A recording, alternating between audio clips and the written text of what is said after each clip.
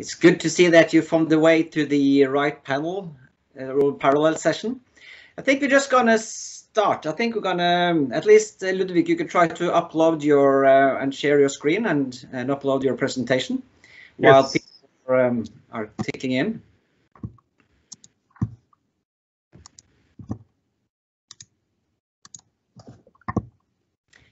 And as Sveinung mentioned, it's good that you keep the sound off and the video on, so we can have a more both informal but also interactive session.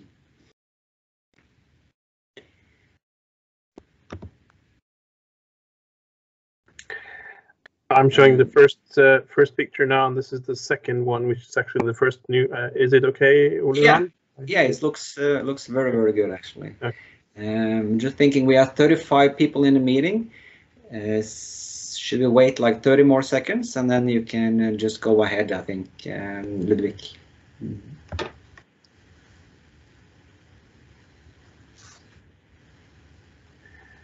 you want me to start? Or wait a little bit? Yes, I think you could start. It's only Norwegians presenting.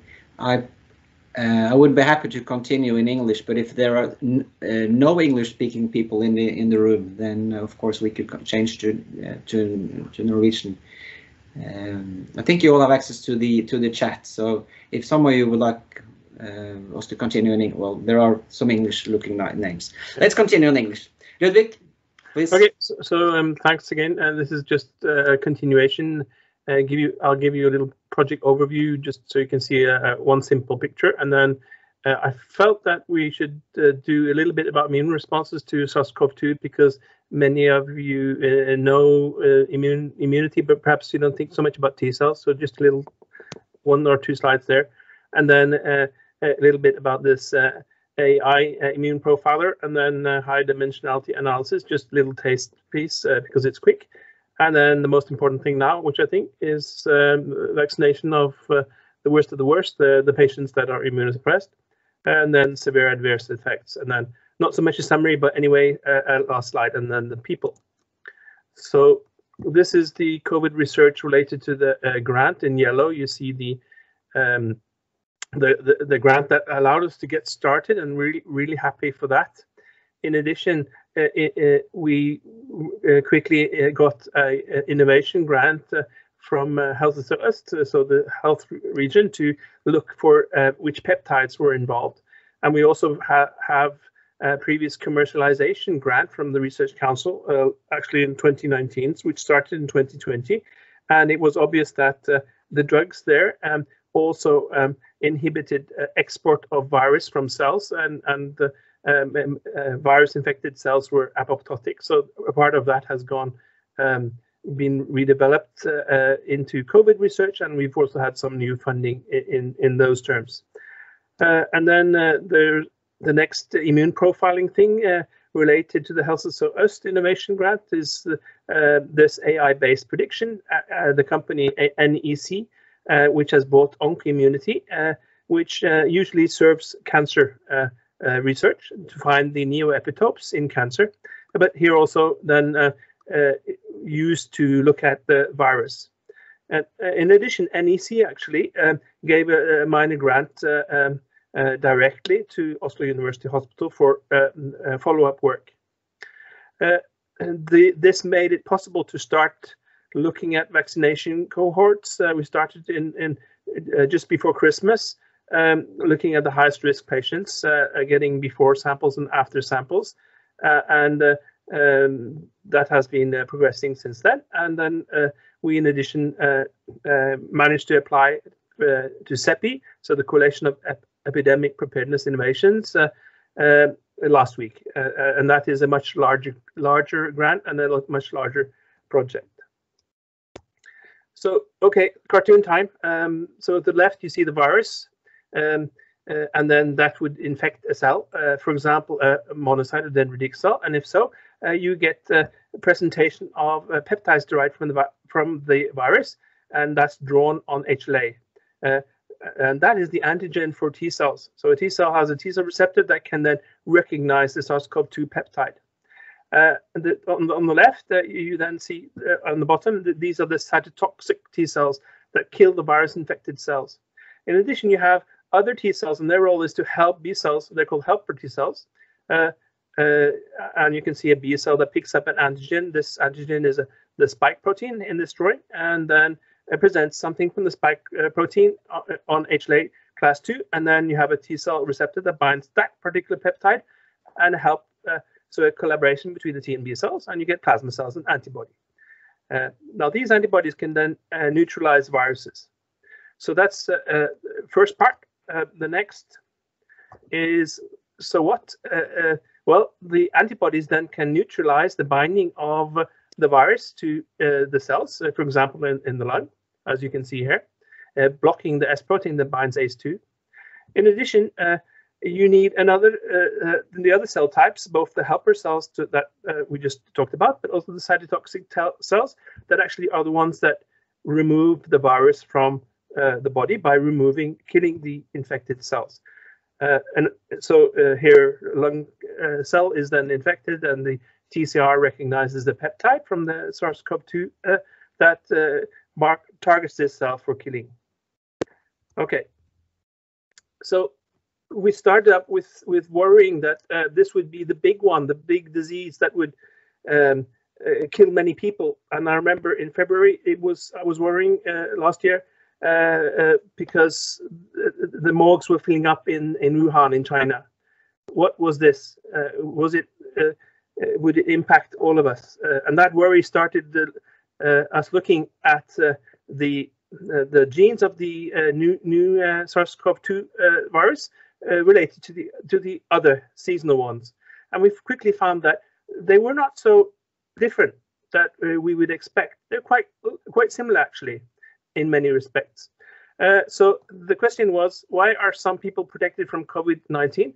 And the answer is that there is a pre-existing cross-reactive T cells that can respond to peptides not only from the SARS-CoV-2 but from the seasonal coronaviruses, and you see those 4 written down there. And these viruses haven't had any focus previously, or at least not in most people's heads. Okay, so here's a figure from to the right from a paper that we have submitted that's in revision, and also you can read the paper with using these links. But the summary is down to the left, where you see, let's say that you're born in 1992, you will have seasonal coronavirus before you were 2 years old, and the normal one is this from Netherlands 63. You would get infected, and you get CTL responses, and these are memory cells that live at least 11 years, probably lifelong, and would be prepared to then, if they could cross-react, to respond to peptides that were similar. So I just drawn an arrow, a cartoon here, that this one to the left can also bind a similar but not identical peptide from the SARS-CoV-2. And that's what we're seeing in the immune responses in these patients towards hundreds of peptides. There is a skewing, and there's a preference of such preformed T cells that they're significantly more useful or used than de novo responses. So this tells a little bit why people are protected. There is sort of already a vigilance, already a repertoire to protect, to respond. Okay, the next slide is this is inside computers. So we're now looking at what parts of the virus are visible for T cells and what part of the virus then initiate immunity. And these numbers here from 1 to 7. They are parts of the computer algorithms in this AI-based prediction to find immunodominant epitopes. So this was previously used for cancer research, but then it's also been used then by NSE on Community to give us a set of peptides that were predicted. And this is really important in setting a pandemic, because it's really a long process to be able to predict and test and find peptides, immune responses that are relevant. And this is relevant, for example, to design vaccines. But with an AI approach, it would go quick. within a few days, the predictions were ready and peptides could be synthesized and started testing. So the next slide is just showing some of the results from convalescent patients. So if you start and look at the red boxes in the top, each row is one person that has responded either red, so yes, or white, no, to different peptides that are that you can show that are shown at the bottom. So spike proteins, or ORF3A, or ORF1AB, or envelope, and you can also see it as a violin plot. So these round circles. So this just goes through the peptides that were predicted to be useful, and the difference is probably HLA related. So some peptides can be presented by some people and some not, or some peptides not of the same people but other people. So this is now used to define the immunodominant epitopes and also to see T cell memory. This plot here is actually 11 months after the first March 2020 infections. So the first patients that arrived in Norway after this import from the Alps. So it's 10-11 month old immunity. The next part is mutations and immune evasion of virus variants. And if you see down the bottom, it says spike S protein. Above protein, that is the area these peptides are related to the receptor binding domain, the RBD part that binds the ACE2. So it's important for getting the virus into these cells, so important for infection. And that's where some of the mutations are. So these have been analyzed in silico, but we're also now testing the impact of the mutations for T cell responsiveness. And the short answer, or the prediction, is that it will not be too bad. Antibodies, yes, there is reduced protection perhaps, but T cells less. Next slide gives you a this is a CyTOF plot, high dimensionality analysis. That's what we have been doing and are starting up with for the patients here. So this is from a paper of Khaled, Hassan Khaled, published in JCI in January, where he identifies the successful immune response. So he is going to start with our patients. In addition, we've started with the BD Symphony, which is the high dimensionality analysis profile that goes much quicker than the CyTOF. So the aim is both to define signatures of successful and unsuccessful immune responses across the mild to the convalescent to the severe, so the ICU patients, and then type of magnitude of response, and this goes for both T cells, B cells, other cells, and antibodies. So it would be nice to count the specificities of antibodies, and this is a cartoon showing how we do that. So there's a dextrane, a backbone that is attached to HLA molecules that have particular peptides in it, and there's a fluorescent marker on each such dextrane. In that manner, you can, if you look at the T cell in this box, you can then have binding of a particular dextramer to the T cell receptors, and then tag those T cells. And you can see a plot to the right, which is actually mixes of peptides with different colors, revealing different so pools of peptides on CTLs from convalescent patients. So this is also up and running right now. So the worst of the worst, I've said that a few times, will vaccines work? We really need to know. This is the people that have 20% mortality risk or more after getting infection, so with COVID. So the principle is that the vaccine, for example, a lipid nanoparticle with the S protein RNA, will then initiate the immune response, both the CTLs and the helper cells and antibodies. And the question is if there is an optimal vaccine immune response. And with this, we have to look in transplanted cohorts, in B cell depleted, so people that don't have B cells because they've had rituximab, for example, in patients that don't have B cells because they have immune deficiencies, for example, CVID, or immunosuppressed patients that have drugs that inhibit immune responses. And then we have general population and also healthy vaccinated controls. And there's another cartoon for you, what we're doing, blood sampling, lung, bowel, so bronchoalveolar lavage from lung transplanted, and also GI biopsies from IBD and celiac disease. And then antibodies, yes, inflammatory set point, which is important to decide how ready the immune response is to respond to something new. And then true count blasts, so T and B cells, and then peptide response assays, and then multimer flow cytometry with these dectramers, and then mass cytometry on the Helios, and also 10-type genomics on the cells. So that's RNA, single cell RNA sequencing.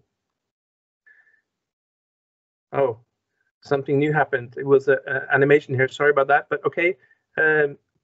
Last week we applied to CEPI for funding to do what we have already started.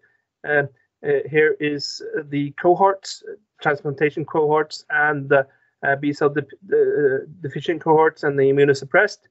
And on the left, you have a table, how many samples, so serological samples and cellular samples we have we plan. And for example, with the kidney transplant, we have collected 100 so far, and I think not 1,000 serological samples, but something like 800. But they need to also be collected after the vaccination, which is not ready. And then you can see all the other. So the goal is 5,690 serum samples and 1,000 cellular samples. And you might feel that this is really a lot, but you can see here a plot from Fridtjof Lund Johansen and his staff. It looks like a flow plot, but it is not. It is each of these dots is one person's antibody responses, anti-spike versus anti-RBD, and there are 34,322 plots. So people here, some are actually before, after, but this is the sum of the analyses. Further, what we would do is then the cellular and humoral immune responses. So anti-S protein serology like this, like those dot plots, and then also neutralization assay, Gunveig in the BSL-3 lab, and then quantification of activated cells, peptide response, phenotyping, and counting, a bit like what I showed you previously. Lastly, the AstraZeneca vaccine. As you know, there has been 6 very severe events per the 130,000 that have received the single dose, the first dose of the AstraZeneca vaccine, and 4 deaths. So this is just a little overview of the topic. I'm not at liberty to give you all the details because that is the main office should do that. I'm only a co-author in this. But this is a cartoon showing you that the spike protein, the S1 part, so the tip of the spike protein, can bind to ACE2 on platelets and actually activate them. And I think that this is the reason why there is hypercoagulation in severe COVID, this direct effect of the S1 protein, the spike. But this is also part of the vaccine. So the S protein is then on the adenoviral vaccines, and I could probably do something like this. And then after the platelet activation and also aggregation, if you have preformed or boosted autoantibodies, so either ready antibodies or a very low frequent antibody that are increased because of the immune responses in the person, then the issue is antibodies that make a positive feedback loop with a cascade, making massive focal thrombosis, and then consuming platelets, making tissue damage, and also bleeding into those organs, and especially the brain because of thrombosis in brain tissue. So that was just a quick overview of this. An article has been submitted. And then not really summary, but still a long ways to go. So pathogenesis and immunity, and also drugability. You remember that there's no drugs yet at all that works except for things like dexamethasone and support. There's no proper drug, and the antibodies, they only work in some patients early on, as far as I know. Immunity aging in human disease is what we need to find out more, and we have to find out about the super high risk, how they respond to vaccines, and make sure that when they're vaccinated, they can actually walk out of their houses and be sure, or at least confident, that they have some protection. Yes or no? We need to make a system so that they can have that confidence. And then adverse effects. What does this mean for vaccinated? Is there any long-term effects in this AstraZeneca? We don't know. Is this a really broad effect? We don't know. I think I've used up my time. The next slide is just showing a lot of people. There should have been 2 more slides of people. A lot of people are doing a lot of work in this area, both funded and not funded. Maybe, well, I won't point at anyone, but that's enough. That's all from me. Thank you very much, Ludvig, and it's an impressive gallery of people that you have working together with you. Yep. To the participants, please raise your arm or hand. I think you're going to find it on the top right of your screen. And Ludvig, you can stop sharing. And yes. Then Kristin, you can start sharing your presentation. Let's see. I need to change. Yes, excellent. Anne Margit, please. You had a question in the previous session. Anne, the word is yours. Yeah. Yes, thank you. Anne Margit, Oslo University Hospital. I think Ludvig already answered to my last question, but I also have a question to Ludvig concerning this very nice presentation. We know, working in the clinic and working with vaccines, that there is things are happening very fast and very unpredictable these times. And could you just say a bit about how you plan logistic with the vaccination and the time frame of biobanking to measure these adequate immune responses? Would you expect the different vaccines to have the same idle time point to see vaccine responses, or how do you plan this? Could you comment a bit on that? So there are 2 different answers to that, or the answers are different depending on if you consider cells or antibodies. So let's start with the antibodies, which is I suppose the most standardized.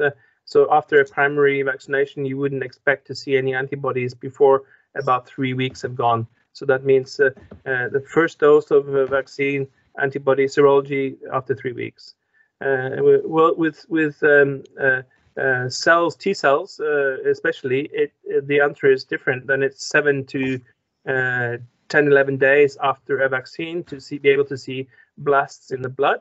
So typical CD38 positive T cells, for example, that also goes for B cells, but a bit later.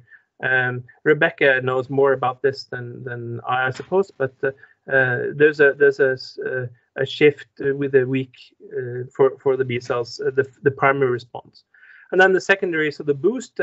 Then you would see a peak. I mean, normal then is to gather both cells and serum after 7 to 10 days. So those 2, 7 to 10 days, serum and cells.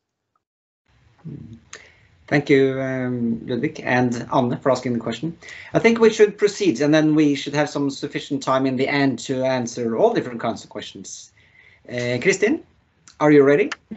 I think your screen is coming yes, up. I am. There you go. Simona, it's yes. Looks very good. Thank you.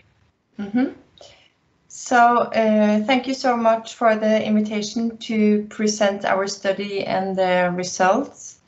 Next, please. The study is funded by the Norwegian Research Council and is a collaboration between Oslo University Hospital and the Norwegian Intensive Care and Pandemic Register. And these are the members of the research group. Next, please. Since I briefly said something about the background in the last session, I'll just go directly to the study aims. And the primary aim of this study was to investigate survival rates and the patient characteristics in the Norwegian cohort of COVID-19 patients admitted to the ICU. And our secondary aim is to investigate physical, mental, and cognitive health during the first year after ICU admission. Next. When we planned the study, we used established international guidelines that are recommended for research on the ICU population. We did that so we would be able to compare our results with previous research on similar populations. So by doing this, we will be able to see if this new population actually differ from other patients admitted to the ICU with respiratory failure. Next. The study has a longitudinal observational design. We collect data from the ICU treatment and then at 6 and 12 months after ICU admission. And for the 6 and 12 months, we are using a combination of questionnaires and also telephone interviews.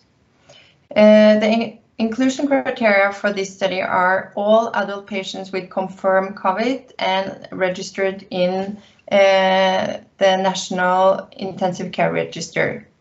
And by using the National Register for identifying the patients to the study has made it possible for us to reach an inclusion rate close to 100% of the population. The exclusion criteria for this study were patients that are not able to read, write, or understand Norwegian, but that is only for the secondary aim, and that is because we're using questionnaires in Norwegian. And we started inclusion the patients at the beginning of the pandemic in March last year, and will stop inclusion at the end of this third wave. So next, please. The first results, as I have already said, have been published and is a description of the ICU population. Next slide, please.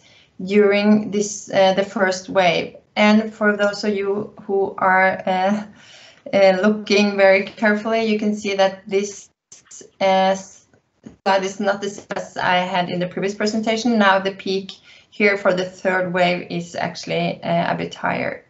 So next, please. So the total number of patients admitted in this time period between March and end of June 2020 were 217 patients, and the median age was, I have already mentioned, 63 years, with a range from 25 to 93. This is comparable to cohorts from other countries, but is a little bit lower than the median age from the total Norwegian ICU sample, where the median was 68 years in 2019. There have been made an impression that there are younger patients admitted in the second and third wave of the pandemic. Our preliminary results do not indicate that COVID patients admitted to the ICU is any younger now than they were in the beginning of the pandemic. And as you can see, the majority of the patients were men, so 75%. And that is also comparable to other studies and was also described from the early reports in China.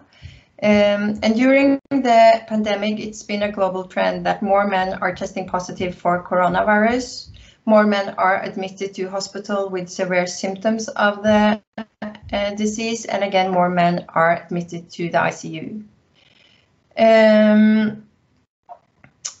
70% of the patients had some sort of risk factors, I will describe them later, and 31% had one risk factor and only 3% had 3 or more. The SAPS-2 score indicates the severity of disease at ICU admission. And what this number tells us is that these patients primarily had one organ failure at ICU admission. Otherwise, this number would have been higher. Next, please. So this is a graph of the risk factors where that were predefined based on earlier reports from China and previous pandemics. So with that in mind, we only know what we are looking for. So there might be potentially other risk factors that we did not collect data on. As you can see the number of patients with the different risk factors. And cardiovascular disease, including hypertension, was the most frequent risk factor, followed by diabetes and obesity, defined as BMI above 30. These risk factors are also described from other COVID cohorts from other countries, with some variations, especially the relevance of asthma and chronic lung disease.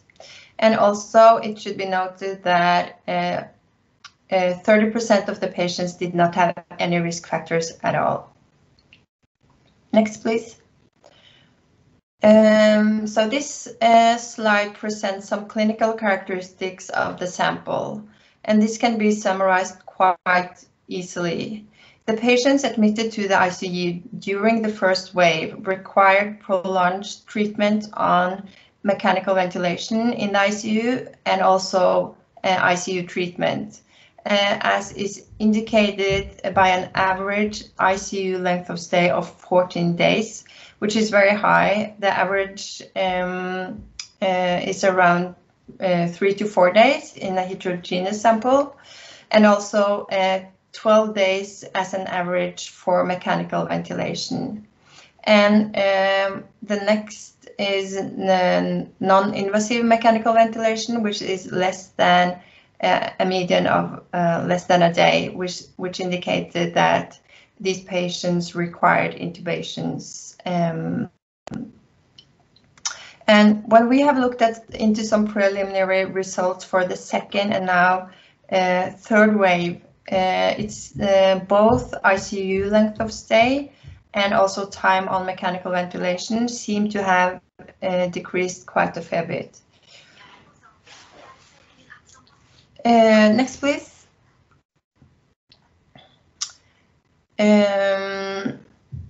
So, as I have already revealed, this table is a table of the risk factors for death in this population. And age above 65 was the highest risk for death as death in this sample, followed by diabetes and chronic kidney disease. Both acute and chronic kidney disease are well-known risk factors for death from previous publications on acute respiratory failure and ARDS, and recently from other COVID cohorts as well. Next, please. As I have already revealed, the ICU mortality in this study was 18%, and by the end of follow-up, it had increased to 21%, indicating that some of the patients died after being transferred to hospital wards. These numbers are much lower than described in the earlier reports from China and New York, indicating mortality rates up to 67%. The ICU mortality rates has been downgraded in several publications since that, but I have not seen lower than in the present sample. Australia has published a quite similar paper and had an ICU mortality of 22%, while the UK has an ICU mortality of 39% from this first wave. Next, please. And so when it comes to long-term outcomes, we are still, we have not summarized these data yet as we are still collecting them. And and we have just started to collect the first 12 months data. We do have a lot of information, but still not valid data, as we talk to all of the patients at both 6 and 12 months, and we also collect data from questionnaires. But preliminary results, this is from an editorial which summarizes quite well. Preliminary results indicate that ICU survivors with COVID-19 will have similar recovery as other patient populations after critical illness. However, due to the ongoing pandemic, there is a risk of higher prevalence and more severe cases. And we should keep in mind that it is absolutely possible that SARS-CoV-2 have some unique aspects that will cause both different or prolonged recovery with new and worse health outcomes. But it is important to be aware that the majority of the publications by now on long-term outcomes still has small sample sizes and short follow-up time. So next, please. So that was my presentation for now, and thank you so much for the attention, and feel free to ask questions. Thank you very much, Kristin. I think Rebecca, you can prepare your presentation. It's a small question in the chat from Engjom Hilde Marie. She asked whether the regarding pregnant women and whether we have data regarding let's see, adverse effects. I presume it was related to, so adverse effects on pregnant women. So I assume that question goes to the ICU population. Yes. Yes. So for the first, during the first wave, there were none pregnant women at all in the population. I know there have been a few pregnant women admitted to the ICU in the second and third wave. I think the numbers are very low, and but I would not know. I don't know anything about the long-term outcomes for those women, but they will be included in the study. Probably the numbers will be too low to say something on group level for pregnant women, but they are included in the study and will be followed up by us. Thank you. Then let's proceed with the last of the three presentations. Rebecca, please, the stage is yours. Thank you very much. So today I'm going to tell you about our study in Bergen, where we have followed healthcare workers and the general population. So our aim with this study was to follow as many people as we could in the first wave, and we managed to recruit 82% of community tested and hospitalized patients during the first wave.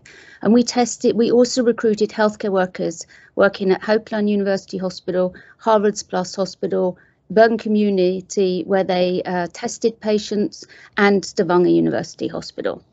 So the basis of our work was the work we'd done during the swine flu influenza pandemic, where we'd actually followed immune responses in healthcare workers after pandemics. And we saw that a large number of particularly nurses working on infectious diseases had serum antibodies to the swine flu, and yet they hadn't been infected. So we realised that healthcare workers are at great risk. And unfortunately, we saw this very early in the pandemic on the 6th of February, when Ling Wenling, 34 years old, the person who was the sort of the whistleblower about the unusual pneumonia in Wuhan, died.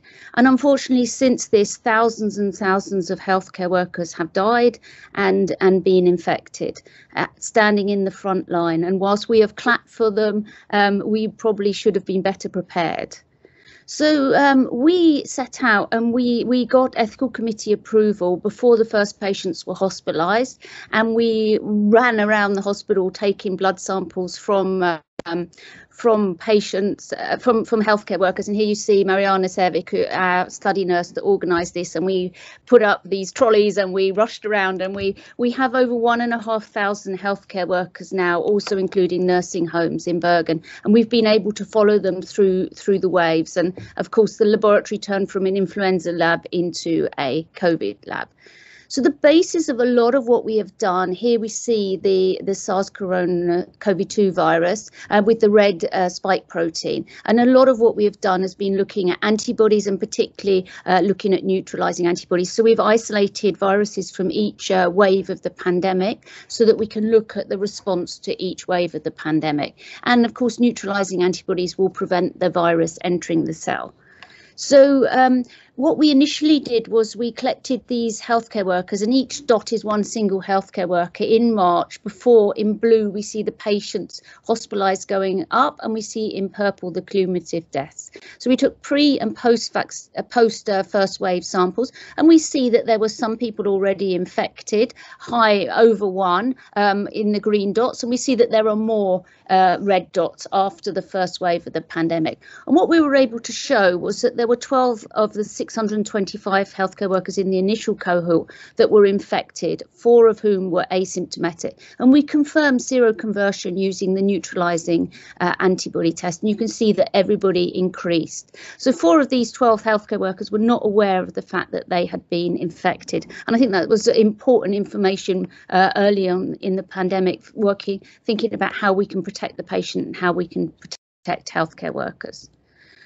What we also did was we through Lägervakt in Bergen, where all testing was centralised, we included all patients until the 4th of April. And here on the right, we see there's a big a number of families that ski together, normally in the half-term holiday, and they were in northern Italy and came back and of course were infected with the virus. So we recruited the first 221 COVID patients, and we also recruited their household members to look at the infection rate and also to use these as controls for the uninfected family members. So we had 112 families. Of these, there were 179 household members. And from looking at previous pandemics, if we look at the 57 and the 68, we see that the secondary household attack rate is anything up to about 23%, whereas in Hubei, it was thought to be 3 to 10%, which is quite low. Our study actually found that 47% of people in a household, almost 1 in 2, are infected, showing the importance of isolation and good protection within using infection protection in the household. So in red here, you see the time frame where we recruited. The higher the bar, the more subjects that we recruited into our study. And then 6 to 8 weeks later, we asked these household members to come back and to give a blood sample. And we see that anything above the dotted line is positive. And we see that quite a large number of these household members were positive. And particularly at the beginning, where we only had the RT-PCR capacity to test 1 family member at a time, this was really important information. So we see that in red on the left-hand side, the index cases were all had symptoms and they all tested PCR positive, whereas we see in right that 98 of the 106, we've got 179, some didn't have the information, were not tested. So when we actually, oh yes, this is how our year was. Easter in the lab, 17th of May in the lab, summer in the lab, and the autumn in the lab. And the freezers are getting fuller and fuller, and we were competing with everybody who was trying to get to get freezers for their vaccine storage. So we had to buy more freezers. But what we see here is that in blue, we see that quite a large number of the people that were negative by PCR also had antibodies. So these were actually people that were infected in the household but had tested negative. Perhaps they were tested too early, or perhaps they were tested too late. But as I say, 47% of people in a household were infected. And when we look at this by looking at this diagram, we see that of the people that were actually PCR tested, 4 were PCR positive but had no antibodies. 28 had antibodies and were PCR positive, whereas 16 just had antibodies and were not PCR positive. And we had 22 people that were PCR negative and antibody negative. So we see that actually using serology is picking up much higher rates of infection in a household than we are just with the PCR test. And I think, important, if someone is infected in a household, it's very important that they are isolated as much as possible, because that is where the majority of infection is occurring. So we also found 8 asymptomatic household members that had no idea that they'd been infected. And what we've been doing now in the last week with everybody back for their 1-year control. So we've now followed these people at 2 months, 4 months, 6 months and 1 year, both with quite comprehensive questionnaires where we've also looked at the long-term symptoms and also through collecting blood samples. So when we look at the antibodies, we have a cohort of patients as well from the 2 hospitals, Howells Plus and Haukeland. We see that that there is increasing antibodies with the number of symptoms that patients reported persisting at 6 months. 61% of patients, even though the majority of our cohort, 222 plus 79 household members were home isolated. So over 300 of our cohort were home isolated, and yet they report quite a large number of persistent symptoms, what is commonly termed long COVID. And by looking at the antibodies in the 2 left ones to spike, we could see that as one has increasing antibody titers, there is increasing number of symptoms, and similarly that spike antibodies also increase with fatigue. And we confirmed this using the microneutralizing antibody assay to show that there were increasing numbers of microneutralizing antibodies with increasing numbers of symptoms and with increasing fatigue. For measuring the fatigue, we used the validated Childers scale, and what we saw was that we've heard that many men are admitted with COVID-19, but it's women that suffer particularly the long-term effects of fatigue.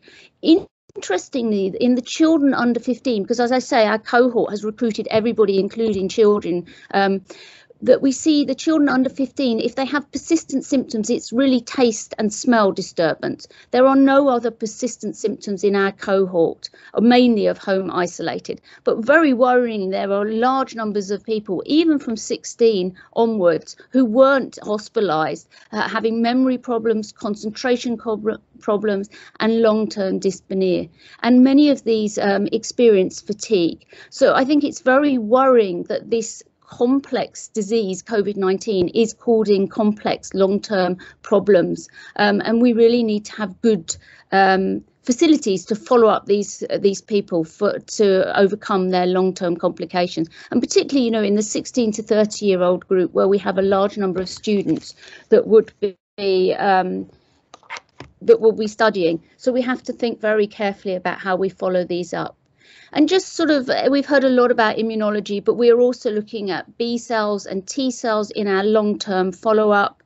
And we are also looking at mutant viruses. So we have available the British, the South African and the Brazilian virus. And we are now looking at the breadth of response both after infection, and we have a cohort of 600 people who have been vaccinated.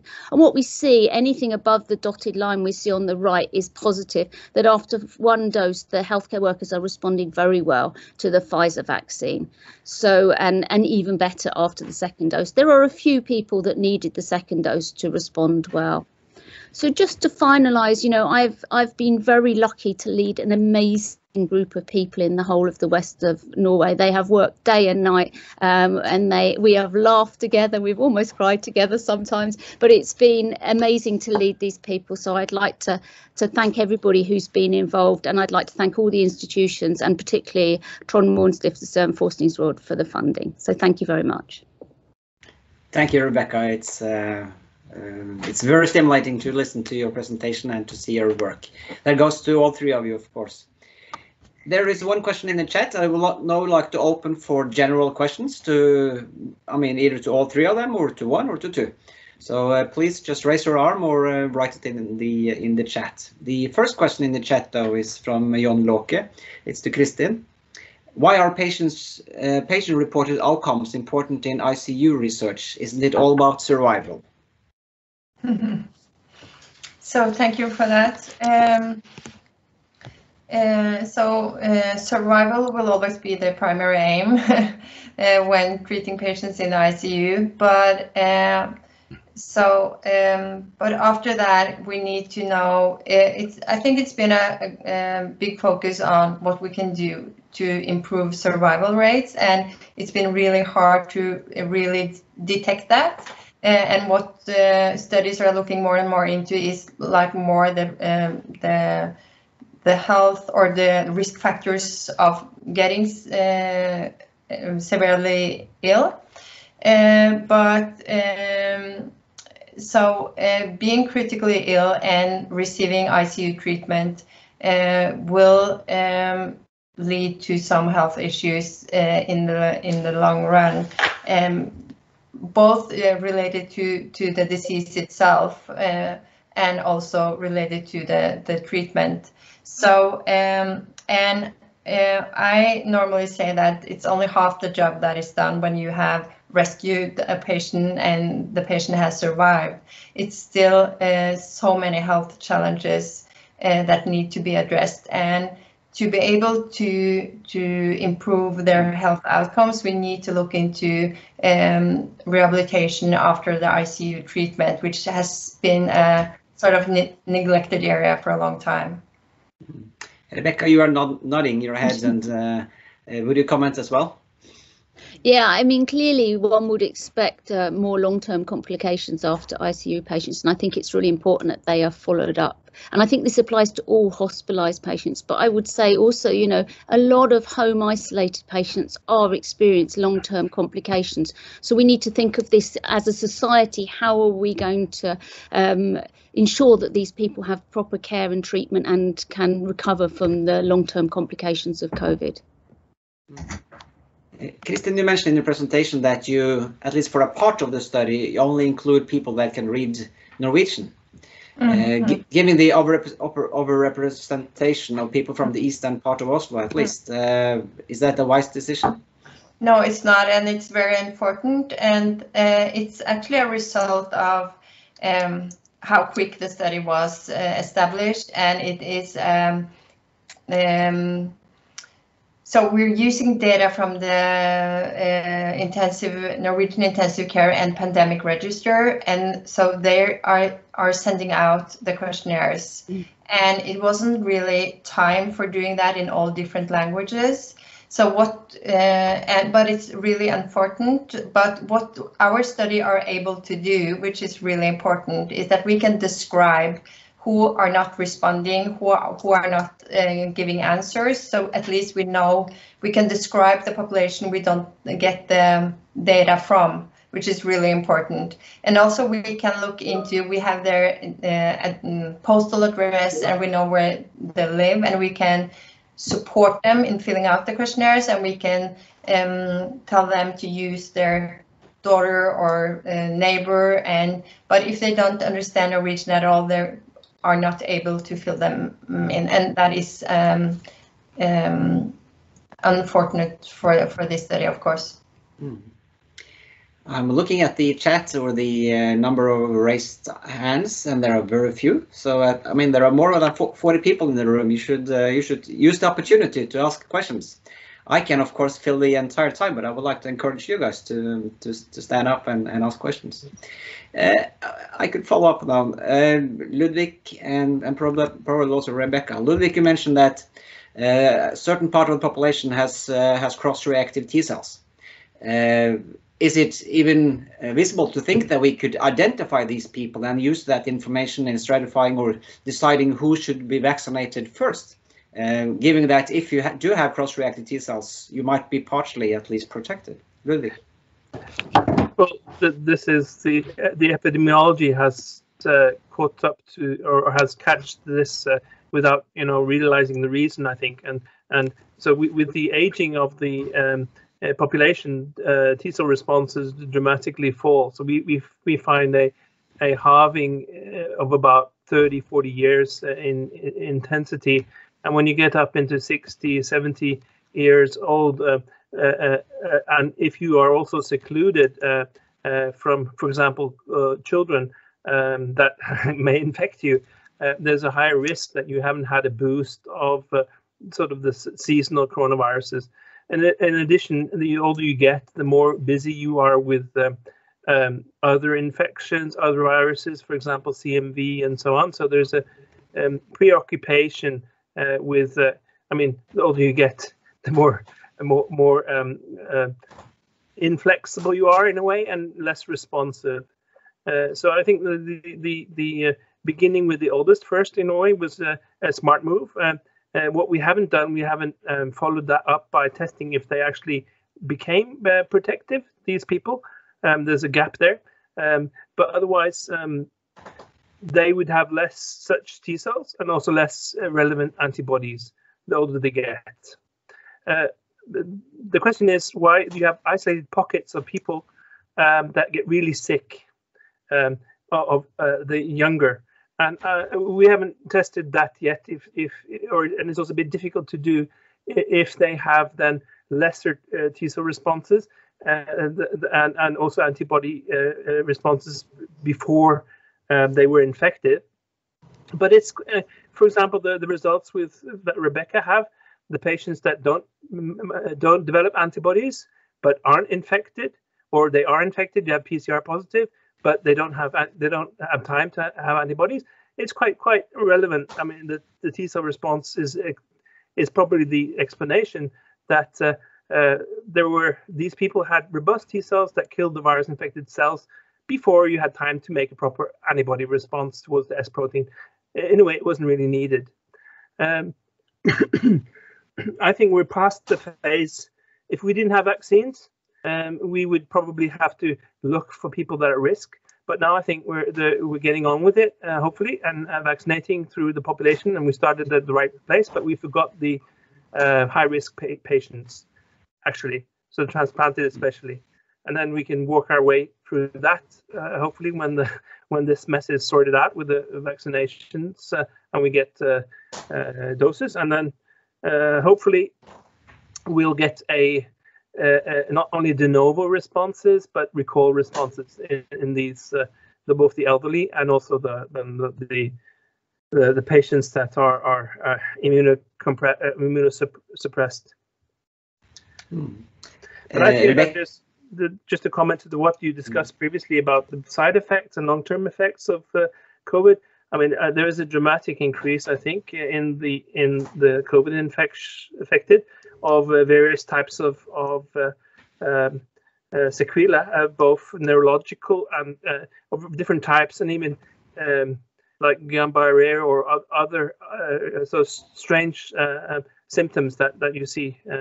And it could be just random, like maybe some people are saying. That this also goes for the vaccinations, actually. But I think that this virus is rather nasty. It does things with different parts of your body, and this hasn't been communicated enough, I think. Rebecca, you might want to comment as well, but I would like, if we have the time. I mean, time is running here. But the finding that the blood platelets also covers the ACN2 receptor. All the vaccines are, at least to my knowledge, they are targeting the spike protein. The side effects we experience with the AstraZeneca, do we think it's going to be restricted to the AstraZeneca vaccine, or could it be the same? And also, do you see patients developing the same symptoms, meaning that the T cells or the B cells then produce antibodies against the spike protein on the virus, then attacking the blood platelets in the same patient?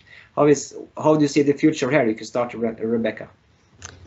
Yeah, that's a good and complex question. We're learning more every day. I mean, clearly, all of the vaccines are targeting the spike. The AstraZeneca is a chimpanzee adenovirus. Maybe that may influence, and the spike is not stabilized. But the question will be, if we look hard enough, will we also see these very rare side reactions in other individuals? I think, yeah, we will see. We haven't looked in our population, but clearly I think this is important to start looking at the impact of platelets, antibodies to platelets. It's a very complex disease, and it probably is going to be complex to unpick what is vaccine response and what is the response to infection. Yeah, it's like every time we feel we've taken a step forward, we take 2 backwards with this virus. So I'm hoping soon that we will be on the winning trajectory. Ludwig, would you like to comment?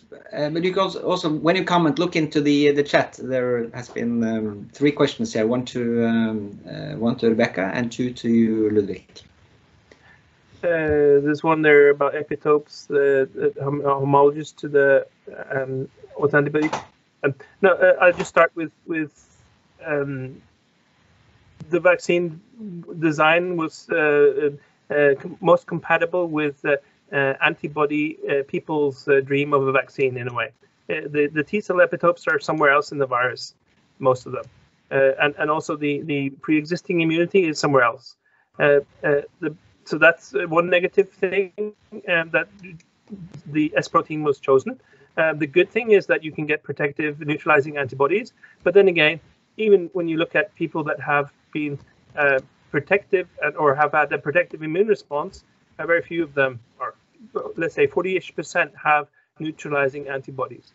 So this is sort of a prophylaxis that you have that will block uptake of virus, and for that you need the S part, the S protein, and antibodies. But there's a lot of other possible targets. But these vaccines are what we got. Now, the next thing is side effects and what the S protein does. And it seems like, for example, last Friday, we heard reports from Aarhus that when the side effects were spread in the media, there was a rush of patients that had the AstraZeneca vaccine to the admission ward, where they had petechia, so they had bleedings, small bleedings in their skin, and the reason is probably in some patients that there is thrombosis reaction that goes drifts through the blood to the capillaries, and you get small bleedings there, but it's not above a certain threshold in a way to make major issues. So these people were just observed and then sent home, either within the weekend or the same night, actually. So part of the vaccine side effects, I think that is related to the S protein. The next level, this autoantibody, it's not there. I don't think there's any cross-reactivity. It's a different sort of predisposition. But I think we have to wait till the people that discovered this have to say it, not people like me that are we're only collaborators in a way. So the question was if there's any link between the S protein surface and in a way the autoantibody, what they react to, and I think no, it's not like that. Rebecca, yeah, thank you. Rebecca, would you comment on the question from Anna Margarita? Let me see if I can find it. I can read it though. Impressive work, congratulations. Do you plan studying long COVID with regard to, for example, neurology sequels related to immune profiles, etc.? Yeah, so we have a set of questions that we have followed these patients with, and we will stick with that.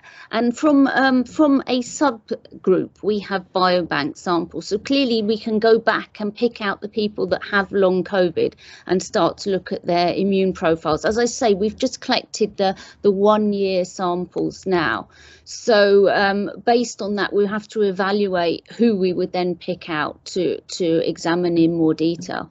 But I think it is it's very important to really understand the complexity of this disease. Then I think we should move into conclusion. I think I'm going to give the word to Ludwig, then Rebecca, and then Kristin, and then you can say a few closing remarks, if you will. And Ludwig, of course, you can try to answer the questions in the chat while doing so. Ludwig first, and then Rebecca. I think there was one from Trude Hedden-Flo. What's the correlation of protection with regards to COVID immunity and neutralizing antibodies? How do you plan on measuring protective capacity of T cells in vaccinated and convalescents? And this is difficult both in terms of antibodies and also in terms of T cells. There will be some qualitative things here. And where would you put the threshold? for sort of what's normal and what's abnormal, and I think that we would just have to see and discuss this part. But let's. My personal view is that if you're not close to full protection in the normal level of both T cells and B cells, then well, you deserve a new vaccine until you've reached what everyone else has. But the most important thing is to catch the vaccinated that have zero response. So those 85%, for example, transplanted that have zero antibodies, they will probably also have zero T cells, and they need a second and a third and perhaps a fourth, or maybe a change of vaccine. Any closing remarks? Yeah, I would like to say. Wait, Ludwig first, or are you... Oh no, I've sort of spent myself. I think everyone is. It's good to talk with each other, and I'm going to call you Rebecca afterwards. We haven't talked before, but yeah. So that's my last remark. Thank you very much, Ludwig. Rebecca, and then Kristin. Rebecca. Yeah, so I think I'd like to talk to both of you afterwards, both Ludwig and Kristin. And I think the most important thing is that we work together as a research community, as a medical community, to actually combat this disease. We've come a long way. We have vaccines available. There are these one step forward, two steps back. I think moving forward, it is important that, as we have discussed, that that we build on the knowledge that we have, and I think by us working together and collaborating across the world, we will overcome this virus. And I think I would like to lastly call out the amazing work that's been done by WHO, by the influenza networks, surveillance, and we need to put together we need to ensure that we also look at animal health, environmental health, human health together in the future to combat disease. Then there will be another pandemic, there will be another epidemic, and we need to be better prepared next time. And I'm sure we will. Kristin? Okay, so I think I will. I hope we can use this pandemic actually as a opportunity to improve a lot of the work we were actually doing before the pandemic as well. Like, we need to have a focus on the long-term consequences, either if it's critical illness and the need of ICU treatment, but also we know that post-viral fatigue is not a new phenomenon, and we know it's very closely linked to the cognitive function you have, and we know that all of these symptoms are very closely linked together, and even though it's not new phenomenons, we don't really know how to treat them. And during a pandemic, of course, the numbers will increase because more patients are infected by a virus. So I think we need to use this as an opportunity to improve those, the focus and the treatment and the follow-up on long-term consequences. Thank you very much, Kristin. I think by that we close this session. Thank you to the presenters. Thank you to my colleagues that have been organizing and making this conference possible. And of course, thank you to the ones participating. Without you, there would not have been any conference at all. So by that, thank you very much. And please keep in touch with each other.